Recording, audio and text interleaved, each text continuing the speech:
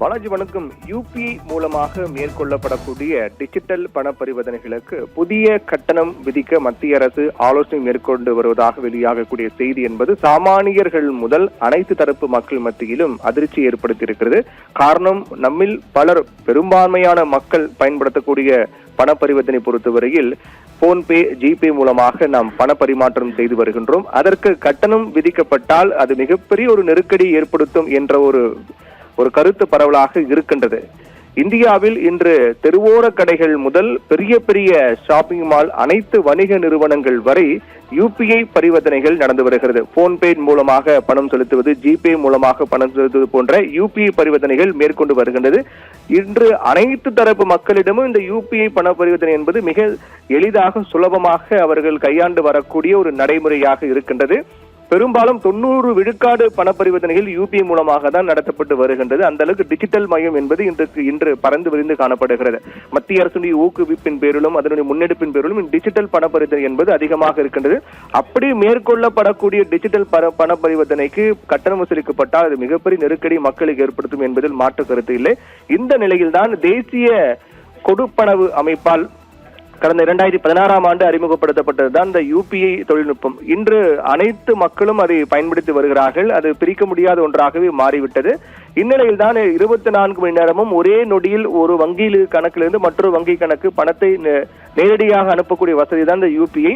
உள்நாட்டை கடந்து இந்தியாவிலும் கடந்து இது மற்ற நாடுகள், குறிப்பாக சிங்கப்பூர், ஐக்கிய அரபு அமீரகம், பிரான்ஸ் போன்ற பல்வேறு நாடுகளிலும் கூட இந்தியாவின் இந்த யூபிஐ கட்டண முறையை தங்களுடைய நாடுகளிலும் அதிகாரப்பூர்வமாக பயன்படுத்த தொடங்கியிருக்கிறார்கள். அந்த அளவுக்கு பறந்து விரிந்த ஒரு நடைமுறையாக, ஒரு கட்டமைப்பாக இது மாறி இருக்கின்றது. இந்த நிலையில்தான் இந்தியாவில் கூகுள் பே, போன்பே, பேடிஎம் போன்ற யூபிஐ செயலிகள் மூலம் நடக்கக்கூடிய பண பரிவர்த்தனைகளுக்கு 5 முதல் 7 என்ற அடிப்படை புள்ளிகள் வரை புதிய கட்டணம் வசூலிக்க மத்திய அரசு ஆலோசனை நடத்தி வருவதாக தகவல்கள் வெளியாக இருக்கின்றது. அதாவது இந்த புதிய வணிக கட்டணம் பொறுத்தவரையில் 0.05 விழுக்காடு முதல் 0.07% வரை விதிக்கப்பட வாய்ப்பு இருப்பதாக சொல்லப்படுகிறது. உதாரணமாக சொல்ல வேண்டும் என்றால், ஒரு கடையில் ஒரு 10,000 ரூபாய் மதிப்பிலான ஒரு வர்த்தகம் நடந்தால் அதற்கு அதிகபட்சமாக ரூபாய் 5 முதல் ரூபாய் 7 வரை கட்டணம் வசூலிக்கப்பட வாய்ப்பு இருப்பதாக சொல்லப்படுகிறது. அப்படி ஒவ்வொரு 10,000த்துக்கும் இது போன்ற கட்டணம் எந்த தொகை அனுப்பினாலும் அதற்கு குறிப்பிட்ட சதவிகிதம் பிடித்தம் கட்டணம் வசூலிக்கப்பட இருக்கின்றது என்பது தொடர்பான ஆலோசனைகள் நடைபெற்று வருவதாக சொல்லப்படுகிறது. ஆனால் இது மிக முக்கியமான ஒன்று என்னவென்றால், ஒட்டுமொத்த மக்களும் அதிர்ச்சி அடையக்கூடிய வகையிலான ஒரு திட்டத்தை கொண்டு வரப்போவது கிடையாது. என்னவென்றால், இந்த புதிய கட்டண முறை என்பது சாதாரண பொதுமக்களுக்கோ அல்லது ஒரு தனிநபர் மற்றொரு தனிநபருக்கு அனுப்பக்கூடிய பண பரிவர்த்தனைகளுக்கோ முற்றிலும் பொருந்தாது.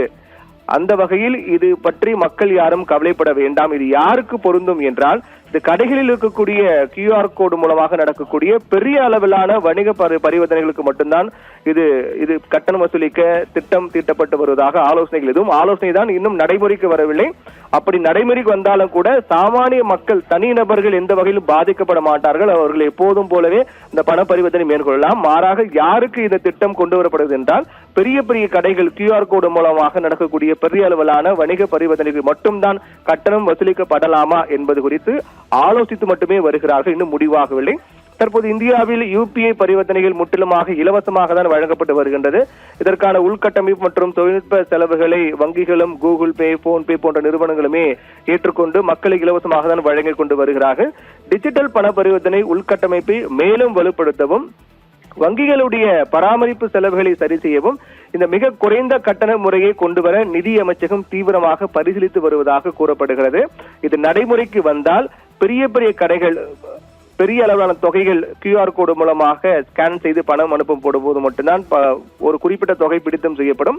மாறாக ஒரு தனிநபர் மற்றொரு தனிநபருக்கோ அல்லது ஒட்டுமொத்த சாமானிய மக்களுக்கோ எந்தவித பாதிப்பும் ஏற்படுத்தாது என்றும் இதன் மூலமாக இது நடைமுறைக்கு வரும் பட்சத்தில் இதுபோன்ற நிலைதான் இருப்பதற்கான வாய்ப்பு இருப்பதாக சொல்லப்படுகின்றது. பாலாஜி.